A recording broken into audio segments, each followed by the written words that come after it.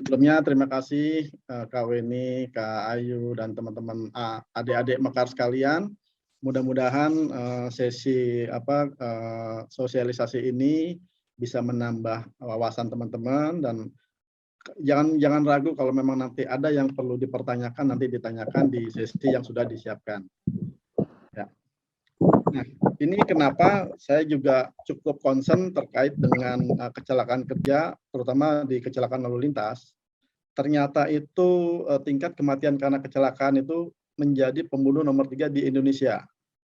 Jadi ini potensial kematiannya cukup tinggi, dan kalau kita tidak mulai saat ini berhati-hati, mulai memperbaiki diri atau mulai meningkatkan skill berkendara kita harapkan untuk bisa mengurangi tingkat kematian ini. Nah, kemudian untuk konsep keselamatan berkendara itu ada 3 ya yang coba saya summary-kan. Itu ada konsep safety riding, ada defensive riding, dan ada smart riding. Safety riding itu apa tuh? Itu konsep menekankan pada mulai untuk perlengkapan keamanannya bagaimana, untuk terus persiapan terhadap kendaraannya juga bagaimana. Itu nanti teman-teman harus mempersiapkan. Kemudian defensive riding itu apa sih? Nah, defensive riding itu konsep bagaimana kita mempertahankan keamanan dan keselamatan kita saat berkendara. Jadi mungkin pada saat kalau teman-teman skillnya kurang baik, ada jalan licin dan sebagainya, atau pas pada saat belok salah, itu akan berpotensi adanya kecelakaan. Nah, smart riding itu ini lebih menekankan pada kemampuan menganalisa bahaya, kemampuan membaca situasi kendaraan, dan juga mampu menerjemahkan aturan-aturan yang berlaku di jalan raya. Paling tidak sedikit banyak konsep-konsep ini teman-teman cukup karena kan saat ini saya yakin teman-teman hanya tahunya bawa motor, terus kemudian mengejar PKM yang sudah menanti, tapi juga terkait kendaraannya nggak terlalu diperhatikan. Nah, ini mulai saat ini kalau bisa mulai saat ini setelah adanya knowledge sharing ini, teman-teman sudah mulai mencoba menggunakan konsep-konsep ini.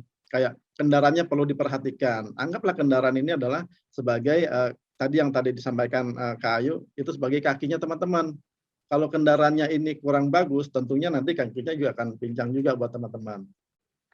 Gitu ya. Nah, kemudian persiapan berkendara itu apa aja sih persiapan pengendara? Itu ada 2 teman-teman.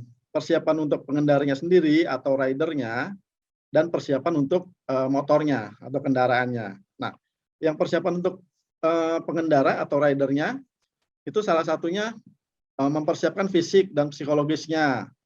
Fisiknya itu dalam artian teman-teman harus fit. Tadi udah disampaikan Mas Dimas bahwa apa namanya, terakhir ada kejadian kecelakaan karena mengantuk. Itu berarti kan kondisi fisiknya yang kurang baik gitu loh ya.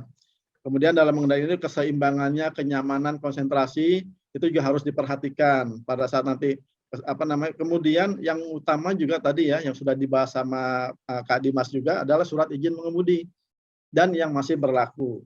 Nanti mungkin dibantu sama Kak Weni atau Kak Ayu bisa didata kembali nih teman-teman yang memang belum mempunyai surat izin mengemudi, supaya nanti kita coba cari solusinya nih, apa kerjasama dengan MMI untuk mengadakan kayak semacam SIM kolektif di wilayah nanti Kak Weni maupun di Kak Ayu. Kemudian persiapan kendaraan motor itu apa sih atau seperti apa gitu kan? Nah ini terkait dengan kondisi motornya. Itu kelengkapan dan keselamatan di motornya seperti apa yang harus ditemui, termasuk juga STNK. Ini juga mohon bantuan Kak Weni sama Kak Ayu untuk memonitor STNK mana aja nih motor-motor teman-teman yang masih belum lengkap. Karena ini juga salah satu persyaratan yang terkait dengan mungkin nanti pihak legal bisa menambahkan bahwa ini juga cukup penting terkait dengan penyelidikan dan penyidikan yang tadi disampaikan. Oke. Nah, apa sih yang untuk konsentrasi pada saat berkendara? Itu satu, kelelahan. Itu ya. Jadi yang untuk mempengaruhi tingkat konsentrasi itu kelelahan. Nah, diharapkan teman-teman tadi saya sudah sempat menyinggung masalah jam kerja, mungkin nanti Kak Weni maupun Kak Ayo akan dapat mengatur kembali. Itu kalau teman-teman pulangnya larut malam, tentunya dengan jangka waktu tidurnya yang kurang, besok pagi harus bekerja lagi, harus PKM lagi. Nah, itu yang akan menjadi konsen di kelelahan. Kemudian pengaruh obat-obatan ataupun alkohol. Nah, disarankan sekali kalau teman-teman yang dalam kondisi kurang fit dan meminum obat, itu coba benar-benar untuk tidak berkendara terlebih dahulu atau memberikan waktu untuk beristirahat. Karena ada juga obat-obatan yang mengandung bisa membuat ngantuk. Ini tolong segera diperhatikan ya adik-adik kita, kalau memang lagi pusing atau lagi batuk terus minum obat, itu kasih jeda waktu, istirahat dulu, nanti kalau setelah 3 jam atau 4 jam efek obatnya memang tidak ada, baru bisa melanjutkan perjalanan.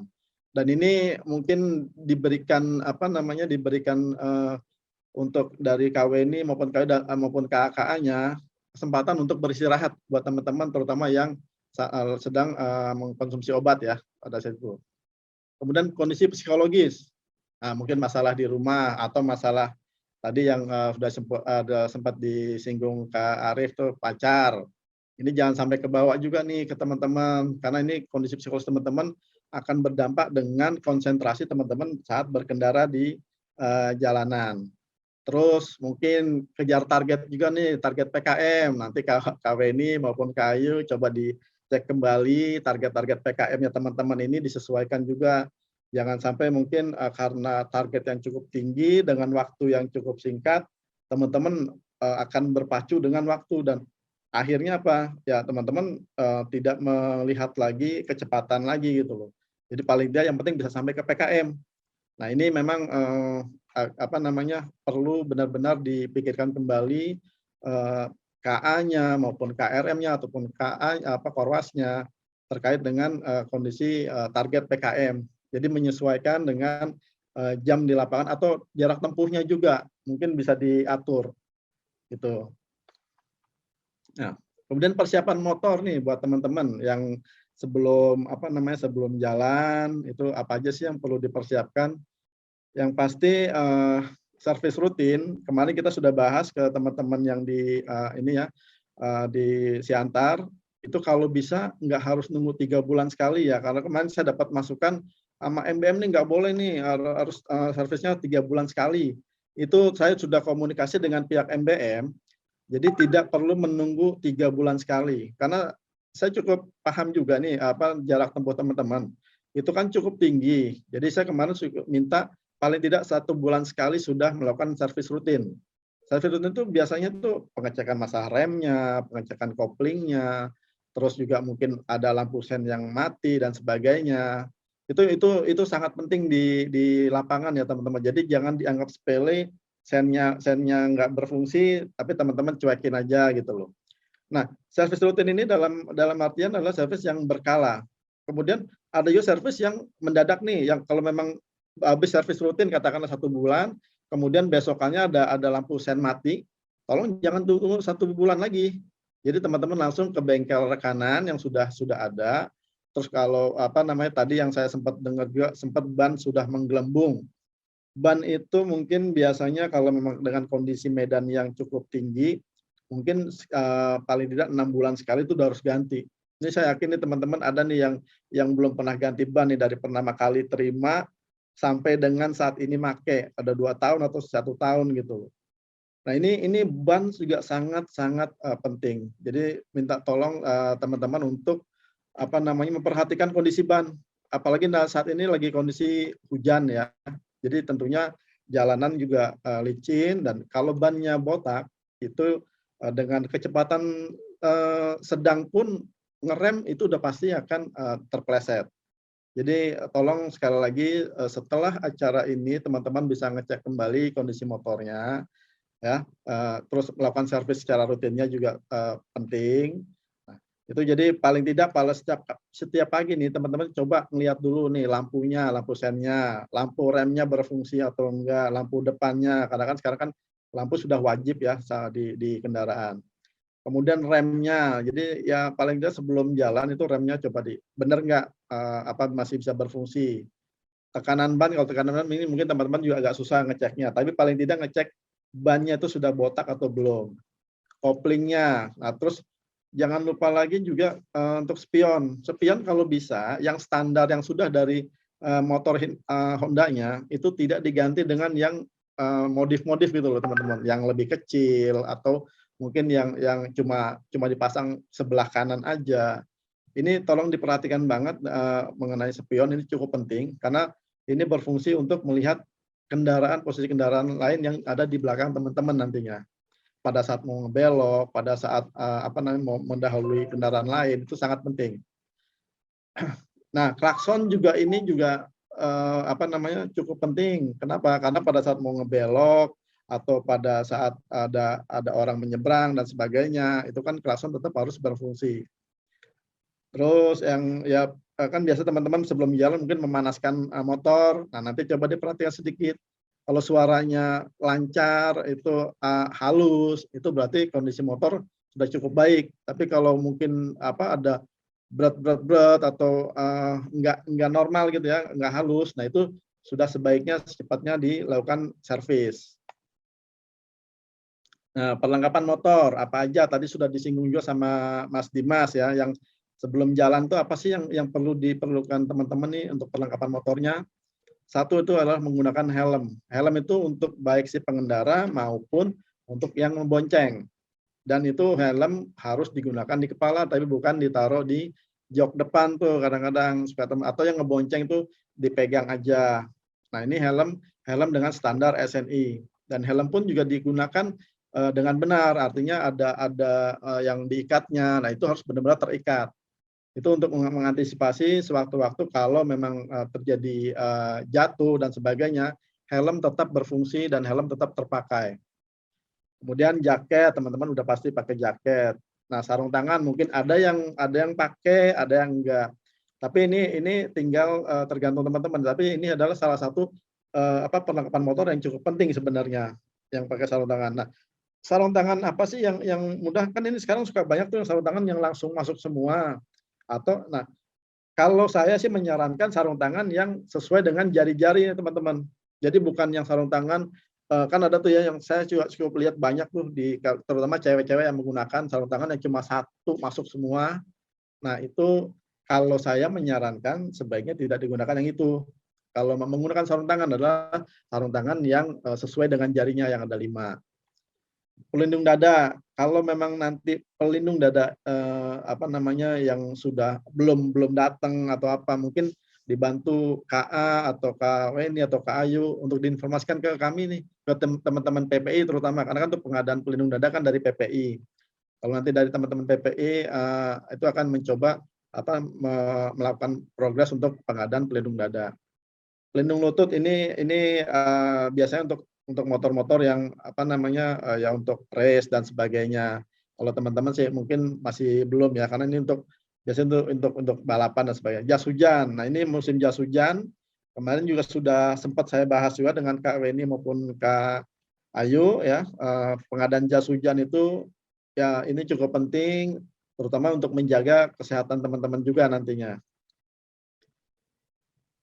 Nah, untuk posisi ini gambaran aja ya teman-teman, mungkin nanti Kak Afid akan bisa lebih detail, lebih teknis, karena ini saya hanya gambaran umum, secara umum aja nih Kak Afid, nanti tolong dibantu kalau memang ada koreksi ya dari saya, nanti tolong dikoreksi.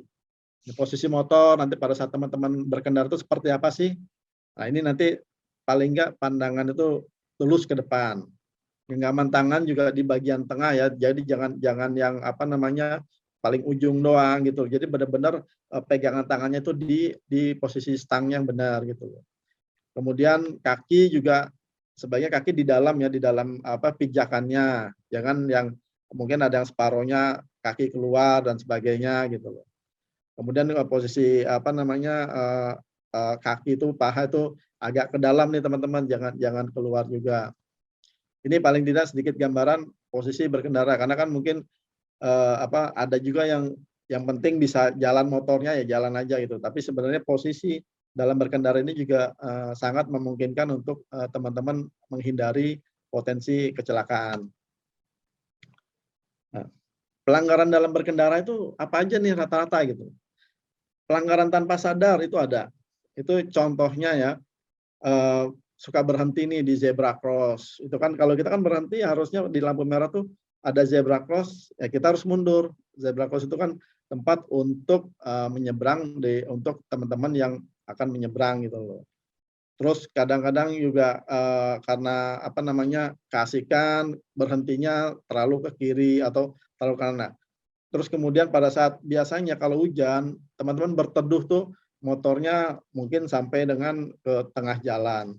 Nah, itu juga minta tolong untuk diperhatikan juga gitu ya. Kemudian bukan pelanggaran tapi cukup berbahaya. Membawa beban berlebih. Nah, ini mungkin salah satunya yang tadi ya, berbonceng 3 itu itu sangat-sangat tidak disarankan atau tidak dibolehkan. Kemudian saya yakin sih kebanyakan motor-motor kantor kita nggak ada yang modifikasi nih. Jadi mudah-mudahan tidak ada yang modifikasi berlebihan gitu loh pada motor. Pola pikir. Nah, ini kan teman-teman tadi sudah disampaikan juga bahwa teman-teman nih adik-adik kita itu kan masih usia yang cukup muda, yang pola pikirnya itu mungkin menggampangkan, yang penting bisa bawa motor.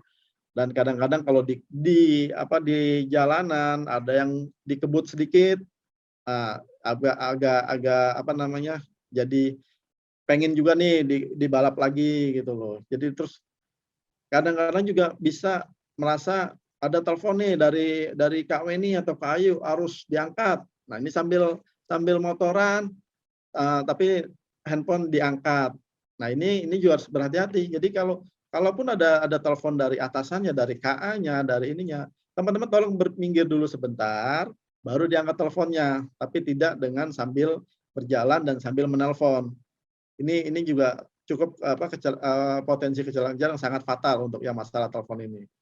Nah, kalau pelanggaran hukum itu banyak ya, kayak lalu lintas tuh, pokoknya pelanggaran rambu-rambu, udah lampu kuning, udah ngebut juga. Nah, itu kalau lampu kuning teman-teman sudah harus mulai pelan-pelan tuh. Jadi pada saat begitu merah, teman-teman sudah pas berhentinya. Ya. Jarak aman berkendara itu seperti apa sih? Itu buat teman-teman. Nah, ini hasil dari penelitian, paling tidak jarak aman berkendara teman-teman itu dengan kendaraan di depannya itu paling tidak dikasih space antara 2 meter sampai 3 meter ya. Jadi jangan terlalu mepet, karena apa? Untuk antisipasi pada saat ada mendadak yang di depan itu berhenti mendadak dan sebagainya. Jadi teman-teman masih bisa untuk menghindari nih kalau jarak 2 atau 3 meter. Kalau jaraknya 1 meter atau cuma 1 ban, apalagi terlalu mepet, itu akan berpotensi sangat tinggi untuk kecelakaan jika yang di depan akan berhenti mendadak.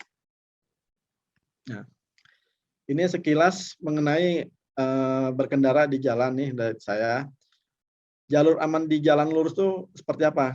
Nah, jadi teman-teman kalau ada di 2 jalur dan ada marka jalannya, itu kalau bisa jalannya itu agak apa namanya, di tengah-tengah ya, dan tengah-tengah lalu ini dengan kecepatan juga yang cukup dikontrol.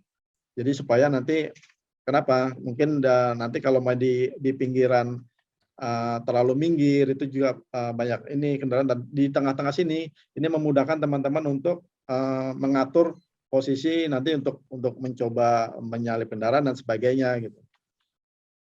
Nah, kalau mau belok di persimpangan, umpamanya ini salah satu contohnya nih. Jadi kalau teman-teman umpamanya ada persimpangan dari kiri, teman-teman mau yang lurus, itu hati-hati. Jadi teman-teman harus mengambil agak ke kanan, karena akan ada kendaraan dari kiri, entah belok ke kiri, ke kanan atau ke kiri.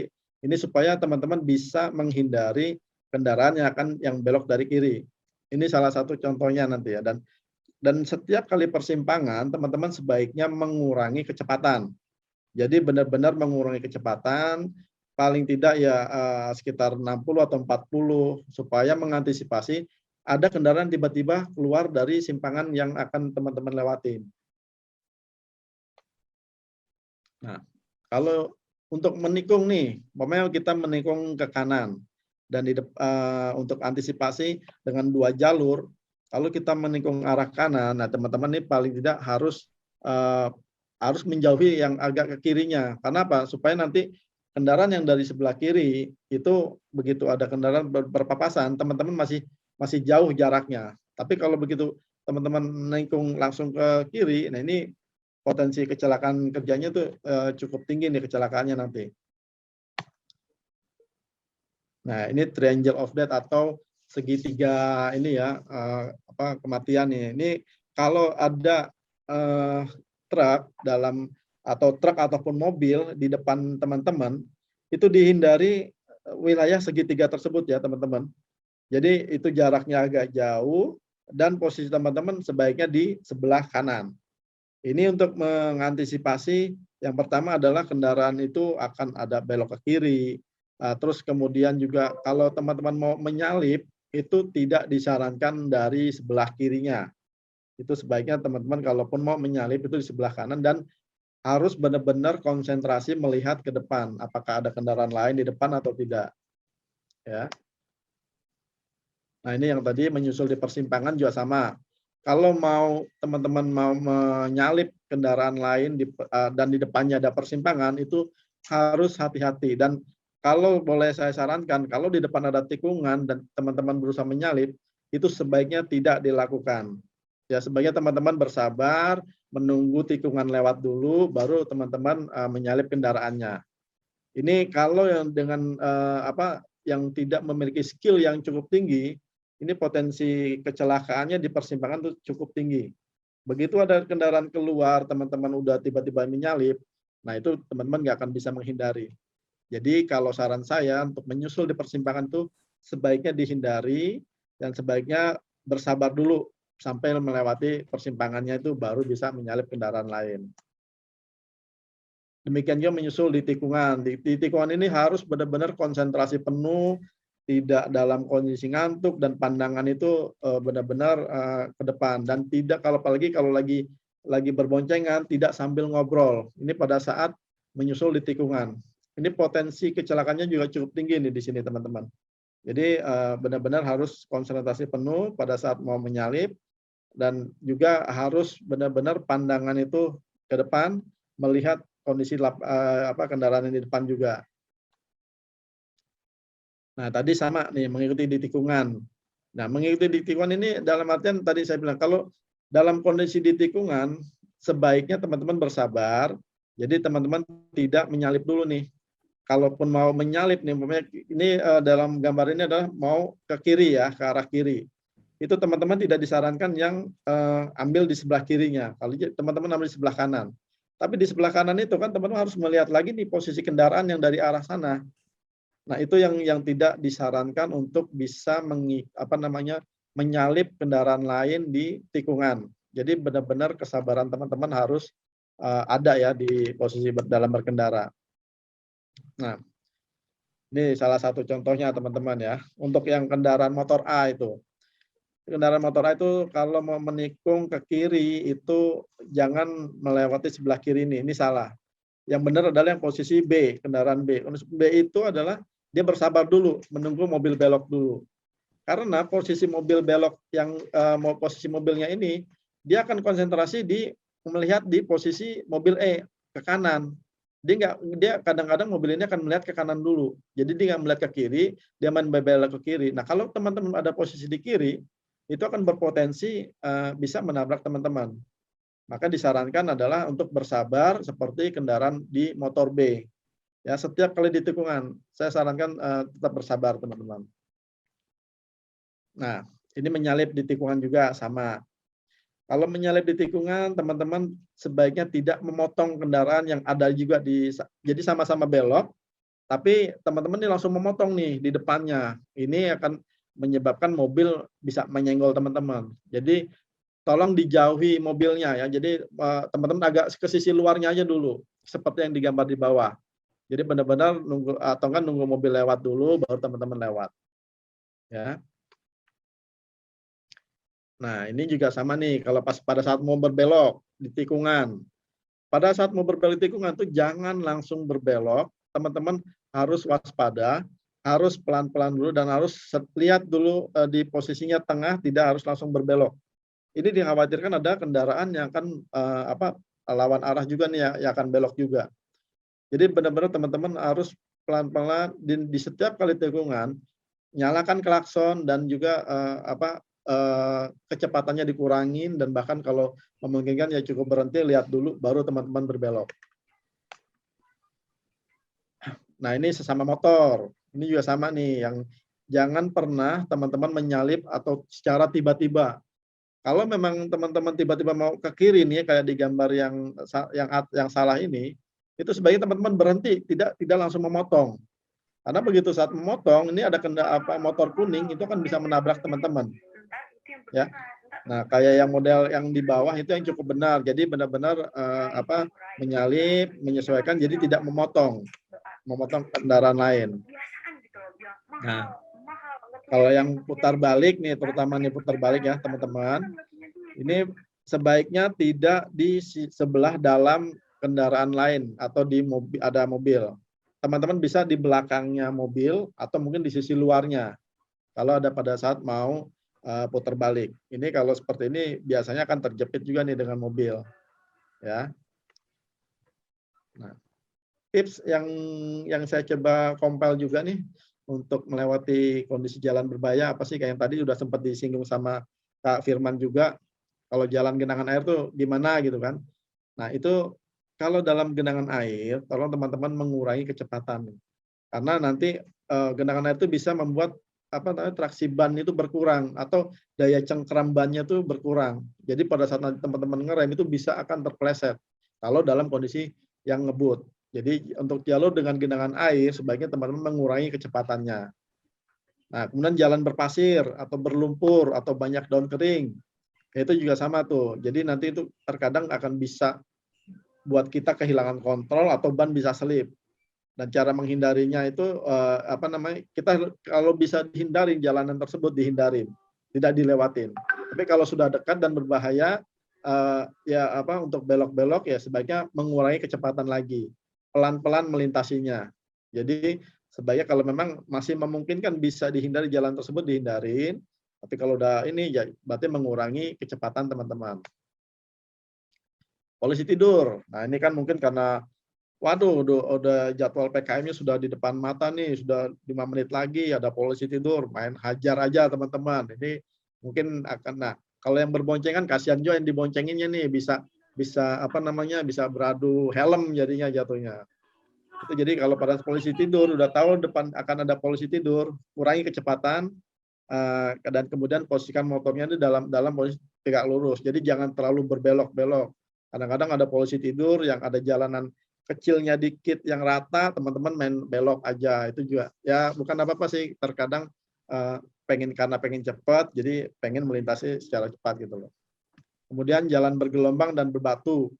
Nah ini kalau memang menggunakan kopling, ada yang menggunakan kopling, yaitu pakai gigi rendah. Atau kalau yang semuanya matic, itu tetap berjalan berhati-hati dengan pelan-pelan. Jadi mengatur kecepatan kendaraannya. Nah ini kalau lagi melewati lempengan atau ada baja yang di jalanan gitu kan, lewatin rel kereta api, atau ada penutup lubang dan sebagainya. Nah itu tetap semua ini adalah dengan mengurangi kecepatan dari teman-teman supaya nanti pertama adalah tidak terjadi jatuh dan sebagainya gitu. Tumpahan oli, nah ini oli juga cukup berbahaya nih kalau sudah ada tumpahan oli di jalan, itu kondisi jalan akan sangat licin ya, dan itu apalagi nanti dengan kondisi ban teman-teman yang sudah botak, wah itu sudah dipastikan 99% kalau teman-teman melintasi itu akan terpeleset ya. Jadi kalau memang melihat tumpahan oli, pertama adalah menghindari dulu, yang pasti itu harus dihindari dulu kalau bisa, jangan dan kalau memang kondisi kecepatannya sudah tidak memungkinkan lagi untuk ini, ya paling tidak pelan-pelan ini dan langsung berhenti. Ini untuk oli sangat berbahaya teman-teman. Jadi kalau memang memungkinkan ternyata olinya cukup banyak, sebaiknya teman-teman turun, lewatin dulu ininya, maksudnya motornya dituntun dulu, baru nanti kalau sudah melewatin oli tersebut bisa digunakan kembali. Ini saran saya ya teman-teman. Jadi untuk tumpahan oli ini sangat berbahaya untuk kalau di aspal. Nah ini kalau untuk yang berboncengan nih bisa tolong diperhatikan juga. Yang penumpang yang di belakang juga harus ikut membantu mengingatkan nih keselamatan. Mungkin takutnya di depan lagi ngantuk dan sebagainya, tapi bukan berarti diajak ngobrol terus ya teman-teman ya. Jadi berboncengan itu tidak untuk saling ngobrol. Ya kalaupun ngobrol nanti pas pada saat lampu merah, oke nggak masalah. Tapi pada saat berjalan, sebaiknya supaya konsentrasi pengendaranya lebih terjaga. Nah ini teman-teman harus yang terutama yang berboncengan harus ikut memantau juga gitu, memonitor kalau ada lubang, kalau ada apa itu mengingatkan, tapi bukan diajak ngobrol ya. Nah, kemudian juga kalau adanya beban kan, jadi ada tambahan beban, tentunya ini akan menjadi konsentrasi tersendiri buat si pengendara. Dia akan berbeda ya. Dia mengendarai sendirian dengan ada yang membonceng itu pasti akan berbeda. Nanti pas pada saat beloknya, pada saat jalanan menanjak, itu akan tentunya benar-benar harus konsentrasi penuh, terutama buat si pengendara. Pengereman juga akan berpengaruh. Jadi itu dengan mengerem lebih awal itu bisa dan lebih dalam itu nanti bisa menghentikan kendaraan. Jadi benar-benar harus berkonsentrasi, terutama untuk si pengendara. Beban roda belakang juga harus dicek lagi ya untuk pengereman roda belakangnya seperti apa. Nah ini itulah gunanya servis berkala yang untuk pengecekan rem-rem juga. Dan yang pada saat berboncengan ini, terutama pada saat tikungan tadi saya sampaikan, tolong diingatkan lagi yang si pengendara kurangi kecepatannya atau hati-hati gitu. Nah, kemudian juga kalau pada saat nanti ada mau menyalip kendaraan itu kan juga perlu pertimbangan lagi atau perlu penghitungan lagi nih supaya nanti benar-benar bisa nih kalau pas menyalip. Jadi perhitungannya itu tepat gitu loh. Nah, hembusan angin juga kalau dari samping itu akan lebih berasa nih kalau boncengan. Kemudian yang berbonceng itu pegangannya pada pinggang nih, atau mungkin ada yang di belakang kan ada tuh yang di motor ya untuk pegangannya itu sebaiknya berpegangan juga. Posisi kaki yang diboncengin juga sesuai pada pijakannya ya. Jadi ya kalau nanti pijakannya nggak ada atau rusak dan sebagainya itu sebaiknya secepatnya diganti. Jadi jangan mungkin berpijaknya di area depan juga nih yang area yang mengendarai. Nah, tidak berbanyak lebih dari satu. Ini sudah harga mati ya sebenarnya Kak Weni, Kak Ayu dan teman-teman KA. Tolong perhatikan adik-adiknya. Kalau bisa, kalau memungkinkan, pokoknya mulai setelah adanya knowledge sharing ini tidak lagi dilakukan berboncengan lebih dari 1 orang, ya. Kemudian, ya untuk kaki dan tangan juga jauhkan dari yang area panas yang di bawah, kadang-kadang. Eee, ini ada juga menghindari gerakan memutar atau gerakan tiba-tiba nih. Jadi kan kadang-kadang mungkin harusnya mau membelok, tapi sempat lurus dulu, tapi tiba-tiba langsung belok. Nah, itu juga tentunya akan mempengaruhi yang diboncengin, bisa bisa terjatuh juga, jadi keseimbangannya nggak sama gitu loh. Oke. Nah, naikkan penumpang itu setelah motor diturunkan dari standar. Jadi, ya kalau standarnya sudah diturunkan, naik penumpang dulu, motor udah siap jalan, baru, standar. Standar ini ya, standar yang bukan yang standar double-nya. Nah, kondisi darurat nih saat kecelakaan, dan mudah-mudahan sih saya berharap tidak ada kecelakaan lagi. Tapi pada saat kondisi darurat adanya kecelakaan, yang pertama teman-teman lakukan adalah tentunya meminta pertolongan ke orang yang terdekat di situ ya, yang ada di sekitar dulu. Karena kan mungkin, terus kemudian pinggirkan kendaraannya dulu supaya untuk menghindari, kemacetan juga. Yang kedua, langsung menghubungi atasan terkaitnya nih. Kalau ada AO mungkin hubungi KA atau KC-nya, atau kalau memang agak susah, pokoknya berjenjang aja, hubungin, RPM-nya atau hubungin KRM-nya. Nanti yang diulang juga sama nih untuk KKU, MKU, dan sebagainya gitu loh. Kemudian menghubungi PIC asuransi penanganan kecelakaan dari MMI ataupun dari Korwil SDM yang akan nanti membantu, atau nanti mungkin dari pihak legal tadi ke, Dimas. Nah, kemudian kalau memang ini tetap, biasanya akan ada laporan ke kepolisian. Ini laporan kepolisian ini hubungannya adalah untuk, keterkaitan dengan asuransi nantinya. Jadi tetap akan ada, harus ada laporan ke kepolisian. Ini biasanya nih teman-teman legal, teman-teman Korwil SDM yang membantu untuk kelengkapan dokumentasi untuk, kecelakaan ini. Nah, jangan dianggap enteng juga teman-teman ya, kalau ada luka, setelah terjadi kecelakaan, harus diperiksakan ke rumah sakit. Kalaupun, ada keseleo, itu harus segera ke tukang urut. Ini pada saat kecelakaan memang kadang-kadang itu, efeknya tuh nggak terjadi pada saat itu juga. Tapi nanti setelah besokannya itu akan berasa. Biasanya kalau yang keseleo gitu kan, besokannya tuh mungkin nggak bisa jalan dan sebagainya. Jadi tolong jangan dianggap remeh pada saat teman-teman celaka, meskipun, luka ringan dan sebagainya, apalagi keseleo, itu tetap diperiksakan dan tetap dilakukan, mungkin diurut ya teman-teman ya untuk yang ininya. Nah, kemudian ya membawa kendaraan yang rusak ini ke bengkel rekanan dan secepatnya dilaporkan ke tim terkait nih, mungkin ke divisi PPI atau ke MBM-nya untuk segera dilakukan perbaikan sesuai dengan kerusakannya. Nah, ini nomor-nomor kontak darurat yang perlu teman-teman ketahui atau perlu teman-teman pegang untuk darurat pada kecelakaan. Mungkin nomor telepon KA-nya ini udah pasti punya semua nih ya, pasti ya teman-teman, mekar ya, untuk KA, KC-nya, PM-nya, KRM-nya, itu tolong dipegang nih teman-teman, karena ini kondisi darurat yang bisa teman-teman hubungi. Kemudian kalau yang untuk diulam ada MKO-nya, ada pincanya. Nah, Korwil SDM wilayah setempat, ini juga wajib teman-teman pegang nih. Jadi kan mungkin, pada saat ini teman-teman tentunya, membutuhkan, semacam asuransinya, pengurusan asuransinya. Nah, itu kalau SDM nanti akan membantu, kalau SDM maupun nanti dengan teman-teman legal, gitu ya. Nah, biasanya untuk masalah asuransi ini yang saya tahu tuh nanti ada dari teman-teman MMI, tapi tentunya kan akan dikawal oleh teman-teman Korwil SDM maupun legal. Nah, ini juga nama teleponnya teman-teman harus ketahui juga. Nah, kalau untuk, MBM, teman-teman MBM ini lebih ke servis motor, terkait servis kendaraannya. Mungkin teman-teman juga ini kemarin saya sudah minta sama Pak Permadi selaku PIC, motor di teman-teman, ini yang handle untuk servis kendaraan ini Mas Rizal, sama Mbak Alia nih katanya gitu loh. Jadi nanti dan saya udah minta bahwa nomor teleponnya harus di-share ya Mas gitu. Nah, ini nanti teman-teman bisa, pegang ya untuk, kalau terkait dengan servis kendaraannya. Kita juga ada hotline K3 ya teman-teman. Jadi kalau teman-teman perlu terkait dengan keselamatan maupun kesehatan teman-teman, itu bisa bisa di WA ke nomor ini, ke hotline K3, atau nanti ke PIC K3 juga kita juga bisa, nanti dengan saya, bisa dengan Siswanto, atau nanti dengan wakil K3-nya kita ada Pak Rahardian dari SDM, ada juga Pak Suhaimi nanti dari MRI itu sebagai perwakilan K3 untuk PNM.